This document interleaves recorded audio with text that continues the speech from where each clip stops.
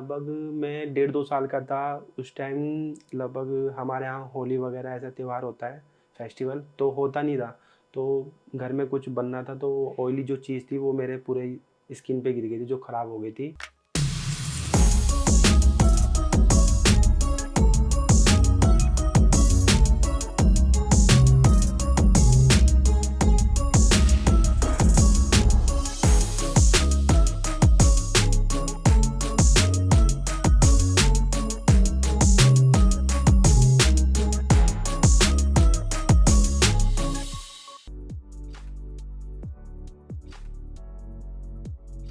दोस्तों, आज जो हम केस डिस्कस करने वाले हैं ये एंड्रोजेनिक एलोपेशिया या जो जेनेटिक पैटर्न एलोपेशिया है उससे थोड़ा अलग है। इस केस में हम डिस्कस करेंगे बर्न इंजरी की, जिसमें एक पेशेंट है हमारे साथ आज जिनको बर्न इंजरी हुई थी जब ये 6 साल की उम्र थी, तब इनके हुआ था। वहाँ पर एक काफ़ी बड़ा बॉल्ड पैच के हो गया था। फ्रंटल हेयरलाइन से टेम्पल एरिया पूरा इनका बर्न हो गया था, जहाँ पर काफ़ी डिसकलर्ड स्कार टिश्यू बना। इनका कॉन्फिडेंस काफ़ी लो था जब ये हमारे पास आए, एंड ये एक हेयर पीस यूज़ कर रहे थे अपने बॉल्डनेस को कंसील करने के लिए, बट वो काफ़ी ऑड लगता था।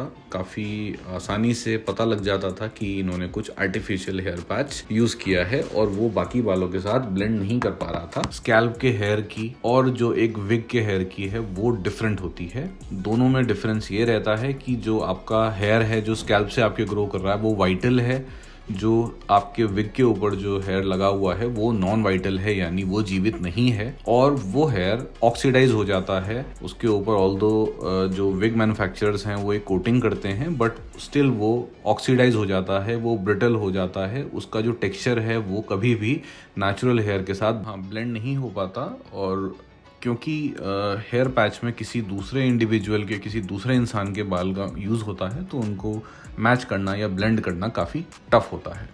अब आगे हम चलते हैं, बात करते हैं इनके ये एरियाज़ हैं, इनके बॉल्ड एरियाज़ हैं जिनको हमें कवर करना था। और हमने इनकी हेयरलाइन को भी चूज़ किया आगे से पूरा, ताकि जो हेयरलाइन हम स्कार टिश्यू में बनाते जा रहे थे उसकी जो डेंसिटी है वो हम बहुत ज़्यादा नहीं रख सकते थे। इसीलिए लो डेंसिटी के साथ इनकी हमने नॉन बॉल्डिंग या नॉन बर्न साइड भी हमने उस एरिया को भी कवर किया। इनके सर के पीछे एक बल्ज है, ये इनको लाइपोमा है, जिससे हेयर ट्रांसप्लांट का कोई रिलेशन नहीं है। फेशियल स्किन इस तरह से है और इतना हमने इनका टेम्पल जोन हमने मार्क किया। यहीं तक हम सीमित रहेंगे। अभी ये जस्ट आफ्टर द ट्रांसप्लांट जो पिक्चर है इसको हम विजुअलाइज करें तो हमने इनको एक मॉडरेट डेंसिटी दिया है, क्योंकि स्कार टिश्यू में ब्लड सप्लाई थोड़ा कम रहता है। तो ज़्यादा से ज़्यादा ग्राफ्ट हम अगर प्लेस करेंगे तो ऑलरेडी ब्लड सप्लाई वहाँ पर कम है, तो उनके ग्राफ्ट के सर्वाइव करने के चांसेस कम हो जाते हैं। एंड पेशेंट को बिल्कुल बता दिया गया था कि रिजल्ट इसमें कम आने का भी रिस्क है, क्योंकि स्कार टिश्यू में क्वेश्चनेबल रहता है जो उसका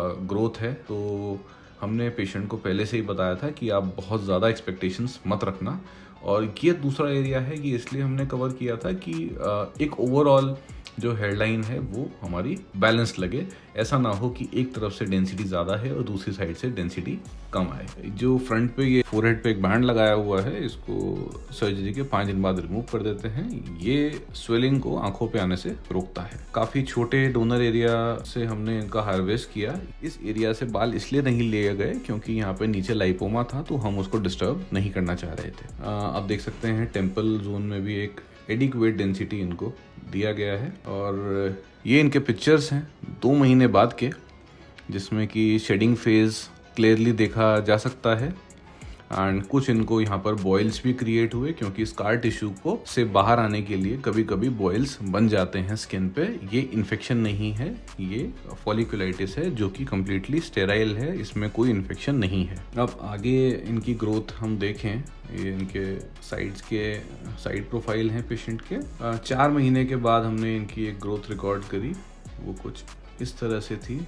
दोनों तरफ ग्रोथ आनी स्टार्ट हो गई है। पेशेंट को काफ़ी इस समय तक कॉन्फिडेंस आना स्टार्ट हो गया था। अभी इनका आप देखिए डोनर एरिया तो ऑल्दो पहले से ही स्ट्रांग था, और ये इनका साइड प्रोफाइल है। यहाँ पर कम्प्लीटली उस एरिया को पहचान पाना मुश्किल है। इवन जो ग्रोथ आई है उसने इनके जो फ्रंट पे, जो फेस पे जो स्कार टिश्यू है, बर्न मार्क है, उसको भी थोड़ा सा कंसील कर दिया है। ये इनके फाइनल पिक्चर्स हैं। पेशेंट इतना खुश है, उससे ज़्यादा हमें भी एक अपना जॉब सेटिस्फैक्शन है कि हमने इस पेशेंट की लाइफ में कुछ एक बड़ा चेंज लाए। तो मेरा नाम आंसू है, मैं रुड़की से हूँ। मैं लगभग 6 महीने पहले यहाँ पे आया था, तो मेरे को ऐसे किसी ने बताया था कि ऐसे ऐसे यहाँ पे अच्छा वो होता है। लेकिन मैंने जब डॉक्टर साहब से मिला तो मैंने दिखाया, तो वो कह रहे कोशिश कर लेंगे, जो भी होगा बेस्ट वो करेंगे हम। बाकी फिर मैं उनसे मिला, उनसे बातचीत की, और मैंने जब फर्स्ट टाइम यहाँ पे आया और मेरे को 1 से 2 दिन लगा था, मैंने सोचा भी नहीं था कि मेरे साथ इतना अच्छा होगा। मतलब इतना अच्छा एक्सपीरियंस है, मतलब जो केयरिंग है वो भी बहुत बढ़िया है, और जो मेरी स्किन थी वो बिल्कुल इतनी पूरी जली हुई थी जिसे मैं कभी सोचा भी नहीं था इतना अच्छा हो जाएगा। और बस जब मैंने स्टार्टिंग में यहाँ पे करवा लिया, सब कुछ हो गया और ट्रांसप्लांट हो गया, लगभग 2-3 महीने हो गए और अच्छी ग्रोथिंग आने लगी, मेरे को बहुत बढ़िया लगा। और आज देखो मेरा सब नॉर्मल है, बिल्कुल बहुत बढ़िया है, हेयर भी अच्छे है। 6 मंथ हो गए कंप्लीट, 4th PRP होगी आज। लगभग मेरे को बहुत अच्छा है। ये लगभग मैं 1.5-2 साल का था उस टाइम। लगभग हमारे यहाँ होली वगैरह ऐसा त्यौहार होता है, फेस्टिवल तो होता नहीं था, तो घर में कुछ बनना था, तो ऑयली जो चीज़ थी वो मेरे पूरे स्किन पे गिर गई थी, जो ख़राब हो गई थी। तो डॉक्टर ने मना भी कर दिया था कि यहाँ पे कभी बाल नहीं आएंगे लाइफ टाइम। तो अब मैं यहाँ पे आया और मेरे को पता चला ऐसा, डॉक्टर साहब ने मेरे को सजेशन किया कि बहुत बढ़िया है, आप कराओ। मैं कोशिश कर सकता हूँ, भगवान नहीं हूँ, लेकिन मैं कोशिश पूरी करूँगा जितना हो सके। लेकिन जैसे उन्होंने कोशिश की हुआ, आज देखा मैंने, बहुत अच्छा लगा। Very good.